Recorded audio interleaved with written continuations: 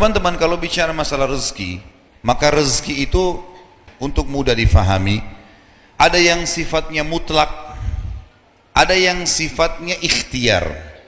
Kalau yang mutlak, teman-teman sekalian, mau nggak mau datang kepada kita. Biarpun kita lagi duduk di rumah, maka rezeki itu akan datang. Seperti misal, mata kita sekarang menangkap cahaya, hidung kita menarik oksigen, telinga kita menangkap suara. Ada juga rezeki-rezeki yang lain selain daripada itu, seperti misalnya kita lagi duduk di rumah, tetangga antarin makanan, nggak pernah pesan, nggak pernah apa-apa, tiba-tiba dikasih. Kita lagi masuk ke restoran, tiba-tiba ada teman juga masuk, dibayarin, ditraktir. Kita nggak pernah programin sebelumnya. Namanya mutlak, pasti sampai ke kita. Jadi sesuai dengan hadis baginda Nabi SAW, tidak akan meninggal jiwa kecuali akan dilengkapkan semua rezekinya. Ada hadis yang lain berbunyi, kata Nabi SAW, kalau seandainya seseorang di antara kalian lari dari rezekinya sebagaimana dia lari dari kematian, maka rezekinya akan datang kepadanya sebagaimana mati akan datang kepadanya. Sampai kepada kita, mau nggak mau akan datang rezeki itu. Itu maksudnya adalah mutlak. Ada rezeki yang kedua, teman-teman, namanya rezeki ikhtiar, berhubungan dengan ikhtiar kita.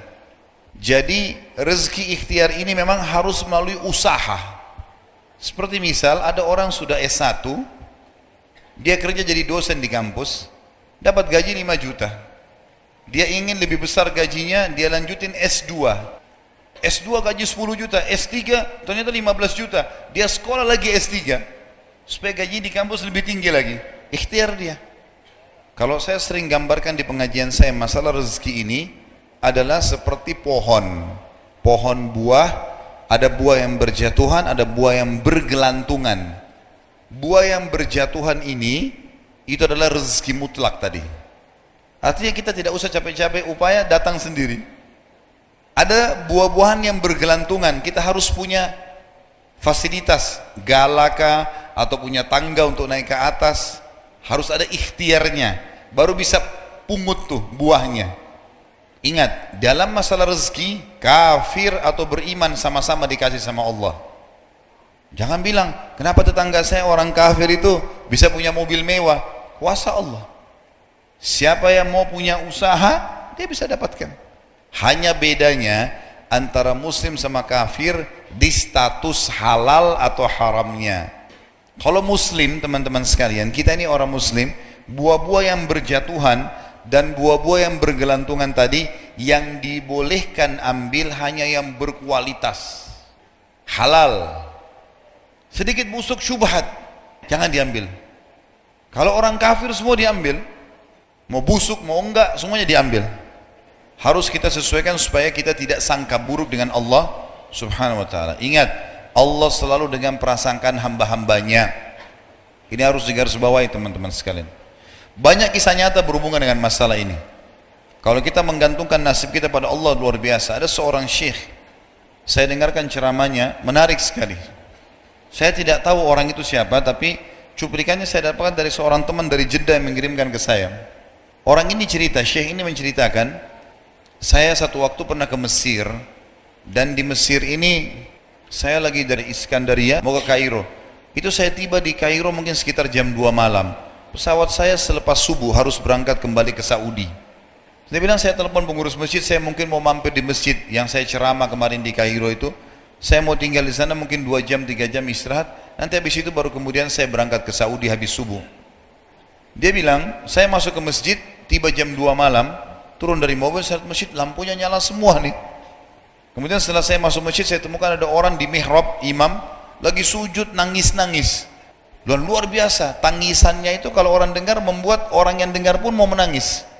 Jadi saking luar biasa dia merengeknya sama Allah dalam sujudnya. Kata syekh ini, saya pun sambil berdoa sama Allah, ya Allah kabulkan permintaannya orang ini.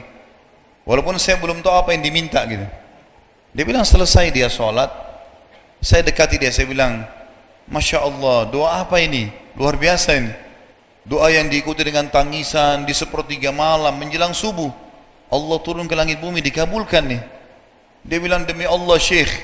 Karena syekh ini orang Arab biasanya panggil, bisa orang pintar, bisa orang kaya, bisa orang tua. Jadi kalau antum dipanggil syekh jangan bangga dulu ya, karena banyak maknanya itu.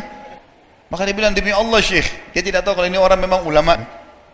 Istri saya sekarang lagi dirawat di rumah sakit dan saya harus bayar 14.500 jenih atau ponnya Mesir.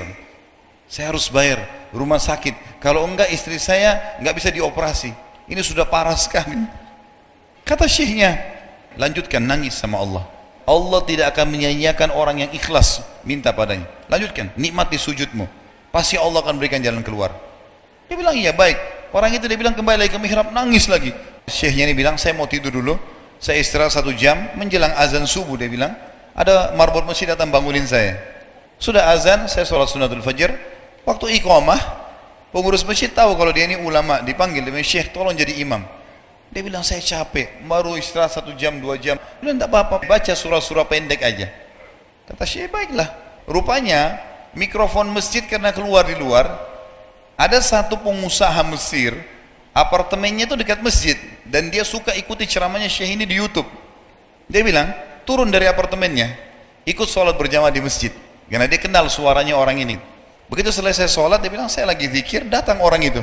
Dia bilang, syekh, ahlan wa sahlan di Mesir. Saya salah satu penggemar anda di YouTube dan saya dengar suara tadi. Saya tadinya mau sholat di masjid lain, saya ke masjid ini. Dia bilang, syekh, saya mau minta tolong satu hal. Kata syekhnya, kenapa? Dia bilang, saya sudah ngitung zakat uang perusahaan saya harus alokasikan 14.500 jenih. Orang itu bilang, saya mau alokasikan zakat saya 14.500 jenih. Kata syekhnya, saya nangis, dengar itu. Nangis, saya terisak-isak. Kata orang itu, kenapa anda nangis? Syekh bilang, saya nggak bisa jelasin. Dia bilang, saya nangis terus. Kemudian saya lihat ke kiri kanan di sof, mana orang yang tadi malam sholat tahajud. Dipanggil sama syekh, fulan kesini, datang.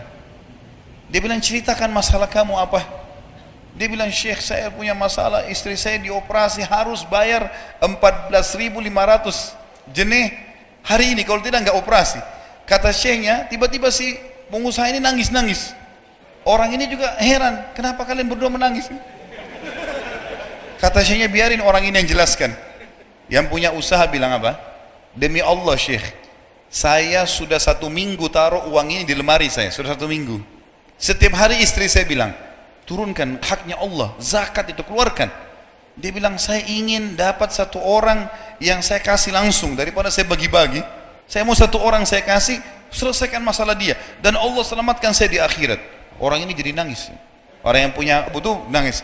Kata pengusahanya, ini uangnya, silakan 14.500. Semoga Allah selesaikan urusan saya di akhirat gara-gara saya bantu kamu. Kata syekhnya, demi Allah yang terjadi, orang yang dikasih uang, dia tiba-tiba lupakan saya dan lupakan si pemilik uang. Dia langsung angkat kepalanya ke langit sambil menangis mengatakan, ya Allah, aku mencintaimu. Kuasa Allah. Banyak orang buru-buru dan kebanyakan orang mau menggantungkan permintaannya kepada Allah hanya pada hal-hal yang kecil. Hal yang besar tidak, atau sebaliknya, hal yang besar, hal yang kecil tidak. Kenapa tidak pernah minta sama Allah dikasih motor, dikasih mobil, dikasih rumah? Kenapa hanya minta kalau penyakitnya dihilangkan baru kembali kepada Allah? Itu pun seringkali kita jadikan Allah nomor 30 teman-teman sekalian. Ke dokter ini, ke dokter itu, resep ini, resep. Nanti kalau sudah mentok nggak bisa sembuh baru sholat tahajud. Salah. Islam mengajarkan kita apa? Sebelum makan berdoa, sebelum tidur berdoa, sebelum aktivitas berdoa. Sebelum ke dokter doa dulu supaya Allah jadikan kesembuhan. Karena dokter resepnya cuma semoga lekas sembuh. Tidak ada pasti sembuh. Makanya teman-teman sekalian, kembali kepada Allah adalah jalan yang paling luar biasa. Coba merengek kepada Allah SWT. Allah pasti tidak akan pernah memungkiri janji-janjinya.